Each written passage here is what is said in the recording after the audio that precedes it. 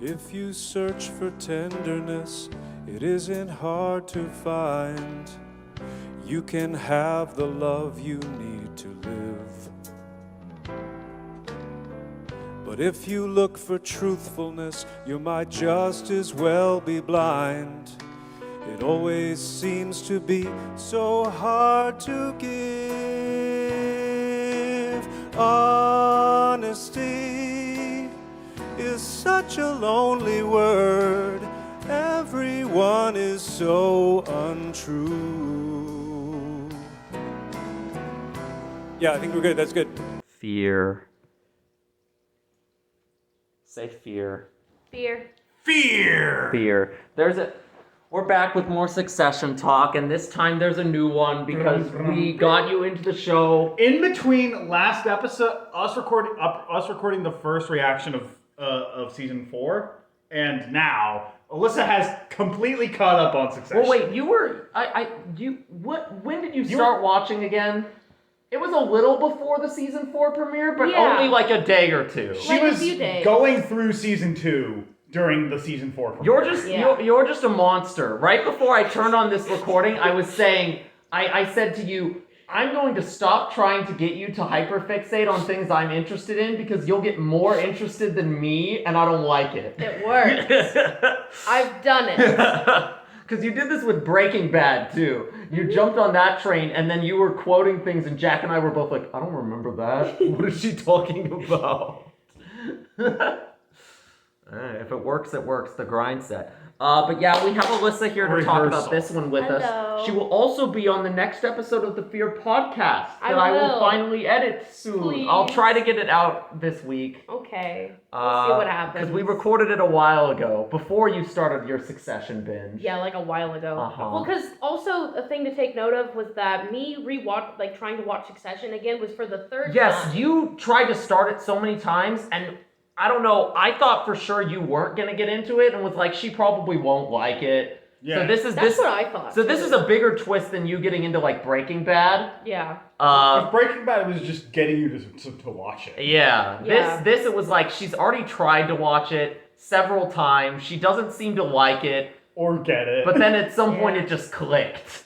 Episode, okay, man. and the funniest part about it is that because we have like a year gap between watching season 3, this episode reintroduces some earlier players that it was like, you remembered a decent amount of information. I did not retain that much business stuff. And you just remembered more than both of us because you watched it all in the last like 2 weeks. It's beneficial.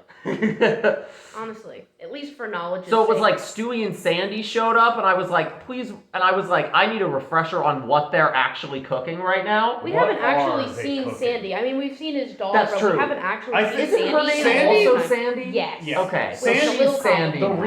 He's Sandy with a Y, she's Sandy with an I. Yeah. The real Sandy, like after they made him bedridden sick in the 3rd season, like I'm convinced that the real Sandy is like just like literally dead. Yeah, Literally she's basically a vegetable. Yeah.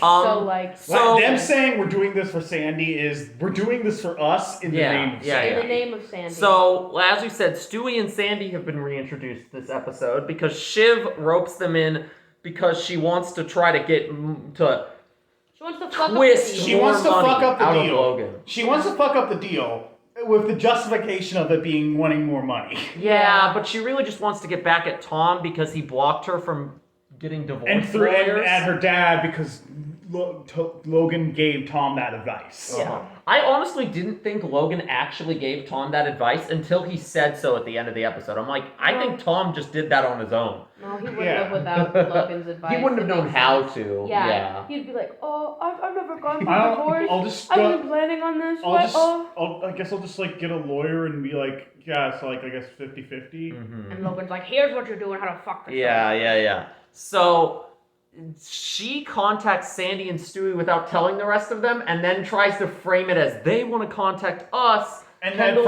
first both Roman and Kendall are like, I don't want any part of this. Until Kendall gets a message from Mattson at Connor's the stupidest Kendall move. We'll talk about Connor. At Connor's basically Connor's gorilla bachelor party. yeah. Well, because Even though they Gorilla already got had one stressed for out him. about the wedding, and she walked out because she yeah. was like, I can't do this. And so she's gone, and Connor's like, I want to do karaoke, but it's something I've seen in the movies, and I've never done this before, and nobody wants to do this So with me. they get stuck on a Connor side quest. But while that's happening, Mattson calls Kendall, not Roman, Kendall, and tells him, if you fuck He this... basically threatens Kendall, and then Kendall decides it's time to cook now, and is like, And that sets off Yeah. a huge counter Kendall. Because once he realizes, oh, if they just push him enough, then he'll walk, and he's like, oh, interesting. Why did Kendall... Does Kendall want them to walk? I am unclear on that, honestly. I don't know what Kendall is cooking. I think he's just being stupid. I think I think Kendall... he's just on board with Shiv and fucking over their dad. I think it's just bitterness and spite. His last Oedipus hurrah. Yeah. I think Shiv and Kendall are kind of on the fuck everything train at this point. Whereas Roman is not. Roman is which so is sensible. the point which is we're why getting he to. doesn't want to fuck the deal. The domino spilling of this episode is great too. The first half, you're thinking, we're gonna take a little bit of a slower pace compared to the last one, which was like this cutthroat deal grabbing. We're focusing more on Logan trying to handle ATN. It starts with Logan at ATN and Tom and Greg having to chaperone him around. We're fucking pirates! And then he standing on boxes to give a speech, and the boxes only make him as tall as Tom.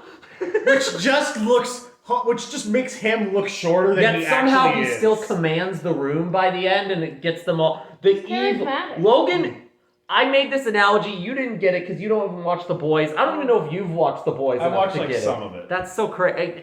Watch that show. You would like it. I don't know if you would, but you would. I think the first episode. Logan walking around ATN gives me the same vibes as Homelander when he's in the, basically the tech support room for Vought, and he's just, bossing the tech employees around, and they're all terrified to even, speak to him. And is this Homelander in the room with us? Logan was giving Homelander at ATN, and it was scary. But then he gets less scary, which is... He's in a much more vulnerable place now, honestly.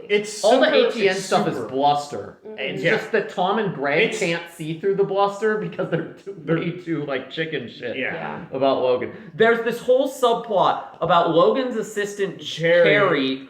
This is the least auditioning for an anchor job. If there's anyone I never thought I would see in the limelight, it is Carrie. Yeah. She's very much. This has happened every season where it's a character that was kind of in the background in the previous season, then rise up to a major component in the next season. So it happened with Jerry in season. Jerry in season 1 was kind of just a background character and then in season 2 she became supporting cast. Then season 3 she was basically main cast, and so far in season 4 she hasn't done much. She's taken a bit of more of a backseat. But I think in episode 3 she's gonna have a huge. We'll get role. to that. Yeah. But I figure we talk about the Carrie plotline first because it's the least consequential. It's the least consequential, but the first on. Yeah, they kind of front load the episode with this Tom, Greg, ATN. And Logan is trying to She gives a terrible audition. Everyone's laughing about it, but not to Logan. And then Logan eventually is he walks in. Is this a smart idea?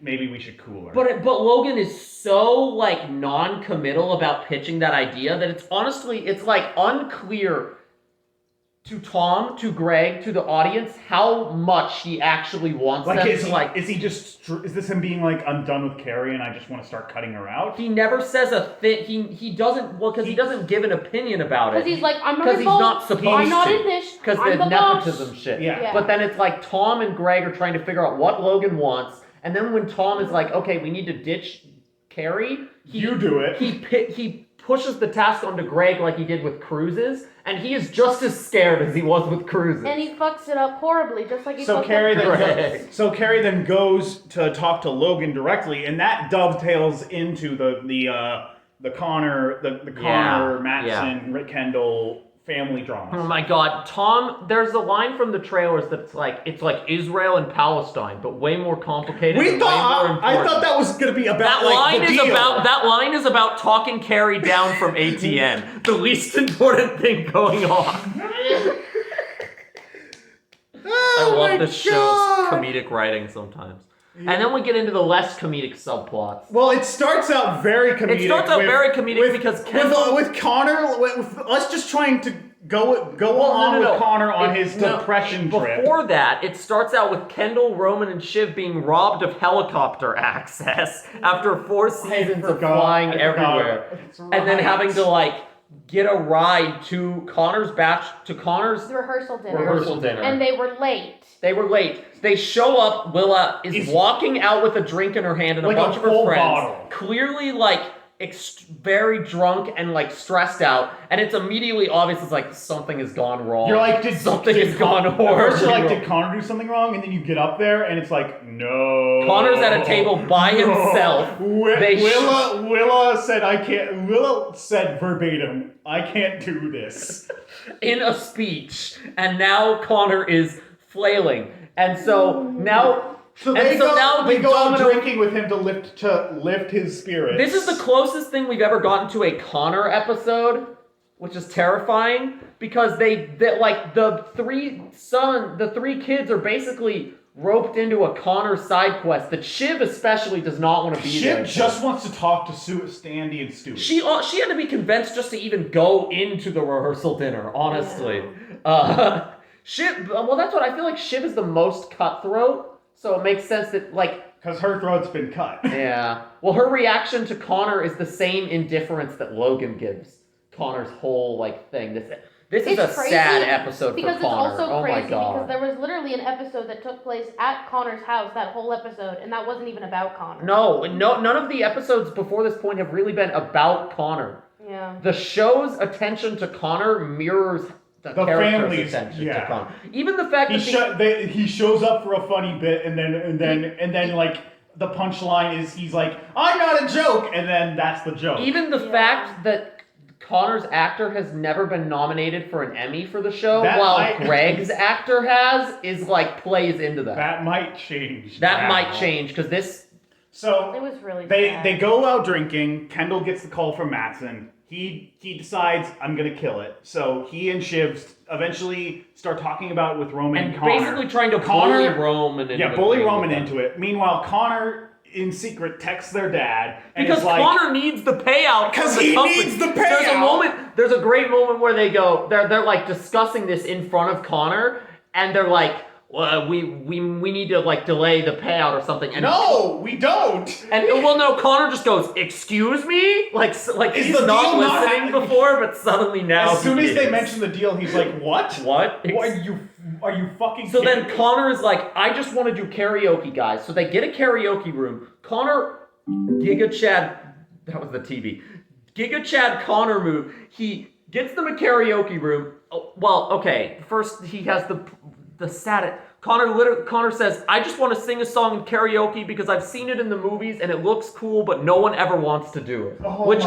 There's so many layers to that. That the eldest son of a company CEO has never been able to convince anyone to do karaoke with it. The implication that he doesn't have friends, that his family never went out drinking with him, that he's so sheltered from reality that he thinks that that's just what people do when to go out and have fun, and that oh my God, it's incredibly sad.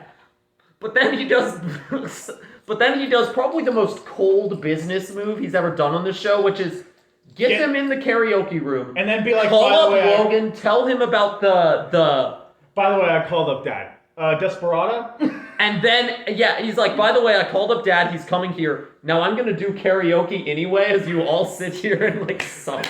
Roman said it was Guantanamo level shit. It kind of was.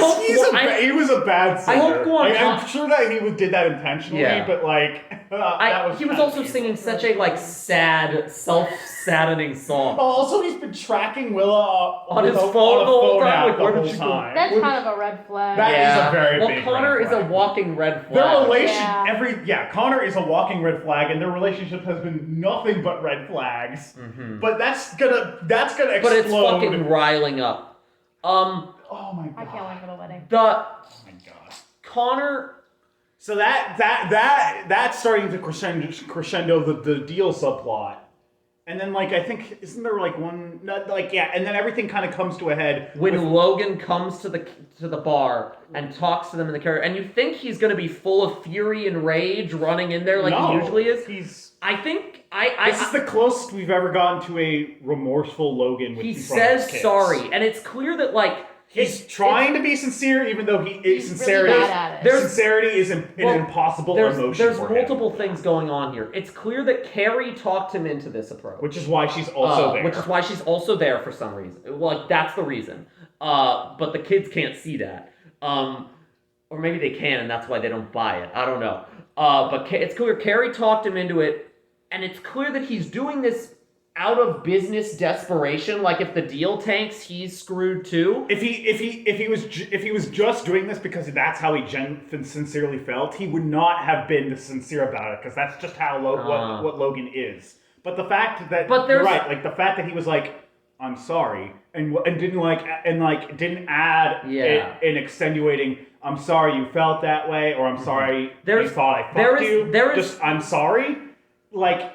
There is enough. He's doing this because he wants this. He's worried that not doing this would kill the deal and kill his there's enough kill his relationship with his family, which would kill as the much deal. as he Ed is a businessman. He does care about his kids, and he's like, I wish I didn't, but I do. That's the struggle. That's always been the struggle with Logan, where it's like even at his birthday party, he just was like forlornly looking outside the window. He seemed really sad. From his perspective, he won, and he was miserable because his kids weren't there. But that scene is the apology scene is tragic. It's all the characters airing out their dirty laundry. Well, because it's just. But it doesn't feel aggressive. It does feel aggressive for like Shiv and Kendall, who clearly are like, I just want to hurt you because you've hurt me.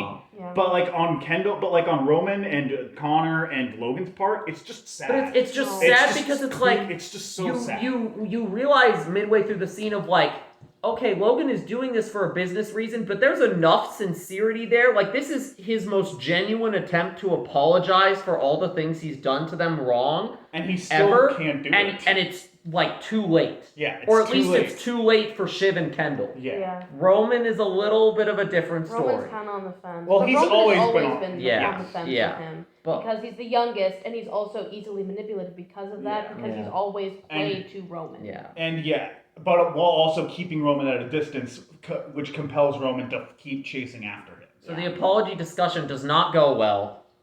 No. Logan leaves, and as soon as he leaves the bar, he's like complaining about people, like just letting out all his pent-up anger. All the stuff he would have said if he was not trying to keep calm to get that. That's what I mean. It's so clear that he is really trying in that moment, and it's just not enough. It's too little, too late. And then he kind of comes around to it from there, or not. I don't know if he came around to it, but he's like, "Fuck it, we'll talk to him. We'll talk to Mattson, and it's probably gonna blow up in their face." Yeah. But they're gonna talk about the deal. Logan had and he wants Tom there, he wants Carrie there, and he wants Roman there. He also, he invited Frank and Carl, but not Jerry. He's made specifically note, not Jerry. And it's kind of unclear why this is. Because earlier in the episode, Jerry was laughing at Carrie's video, so is it just him being petty about that? Or does he actually... Or is there a bigger... Or does he actually, like... I think it's does he actually not want Jerry because he knows Jerry? At this point, I don't think it's that petty. I think he's also afraid that if any of them will, like... So, his company is getting bought out, right? Yeah. After the deal, all he'll have is ATM. I think he is worried. Like, he knows Frank and Carl will follow him after. I think he's worried that Mattson will scoop up Jerry and Jerry will be his, and Jerry will leave Logan. Jerry is a kind of a valid concern. I think it's a valid concern. Jerry is loyal, but only because she's smart. She's loyal. She's always been loyal to Logan because he was the smartest bet. No, now Mattson is the smartest she's bet. loyal to the company, not to Logan specifically. Yeah. Which is like, and I think that was, because that kind of gets alluded to in the scene where Logan is like questioning Hugo and Jerry about what video they were watching and laughing at, where he sort of... And, like, Hugo was, like, trying to play it off, and Jerry just straight up That was such an embarrassing scene, because they're like, Hugo, are you ready to give the presentation? And the video is on his closed laptop, and he's like, can you do it? No, can you do it? Hugo opens the computer. Immediately on the screen, you see on the big screen, you get like the video for a second. Like a millisecond of the video. And he presses escape so fast, but it's like everybody knows. Everybody knows, and Logan's so pissed about it. It's rough. Oh my God. It's rough. And you know what else is rough? Connor's fucking monologue about how he's learned to abandon love. Yeah, after Logan leaves, Connor's like, all right, I'm going to go. And everybody's like, good for... I forget what they say, but they're basically like, good for you, Connor. And Connor's like, you are all love sponges, but I've learned to survive without needing love. Because I've never gotten love my whole life. And I know I'm never going to get love. And that's okay. And it's like... Holy shit. Okay, I think it's telling about how they've like trained us to view Connor that I noticed this. Him starting the monologue, we were kind of talking about something from the last scene, and then we all sort of quickly shut up when we realized Connor was about to have an actually genuine emotional moment and not just like a laughs moment. The writers are so aware of the perception they've enforced upon us for Connor. They know these characters so well. They know how to use Connor. them and then subvert that use. Yeah, and make us be like, oh wait, Connor. And that's why I think this could be the season where where Alan Ruck, who plays Connor, finally gets an Emmy nom, is because that scene. At the very least a nom. Yeah, I don't think he's gonna win unless he really becomes a focal point. The wedding could be kind of crazy. The wedding could be crazy. The teaser scene... Are you marrying me for my money? Direct line from the teaser scene. This show that caused us both to scream and fucking like flail. You fell off the couch. We had their mom's wedding with Peter. It's because weddings are a good way to get all the characters together into a that also normally weddings are supposed to be a great time of great stress but also joy, but in this world, they're just a time of great stress and business opportunities. Yeah. And that is intentional to show how fucked this world they live in. And we should also mention one of the last scenes is Roman meeting with Logan and agreeing to go to the Matson meeting. Or at the very least not immediately rejecting. Which we did mention this earlier, that Logan wanted them. What we didn't mention is that this meeting is supposed to happen at the same time as Connor's wedding, and which Logan has no qualms about not going. Roman mentions that's during Connor's wedding. Logan doesn't even talk about. He doesn't even acknowledge this complaint. He does. It's like he doesn't even know Connor exists. He's like, who? Which is just like after seeing Connor's monologue and seeing Connor literally say earlier in the episode, I just want my dad and my siblings at my wedding. And he's just not going to be there. And there's a line in the trailer that confirms he's not there there's a line as of whatever Connor's scene like nervous about his dad. The next episode's going to be even more Connor shit. Holy crap. I think they're finally paying off the seasons long like Connor joke with because like it's not a joke though. He's actually the joke is it's not a joke. Yeah, the joke is it's not a joke, and we've gotten like we've gotten hits of that before. We had the I'm the eldest son at the end of season 3, but like but now they're really like and just the sheer lunacy and like just the sheer like oh my god he's the Donald Trump Jr. stand-in where at the end of season 1 where it's like I'm running for the president of the United States and it's like. That's what they're doing with him. Yeah, it's like he's the fucking weirdo embarrassment. Yeah, the weirdo embarrassment son. And even just these little details I noticed at one point in the bar, Kendall pats Connor's shoulder in the most condescending way, and it's like, Connor is the oldest son. I am the eldest son. That's something the eldest does to the youngest, not the second oldest does to the oldest.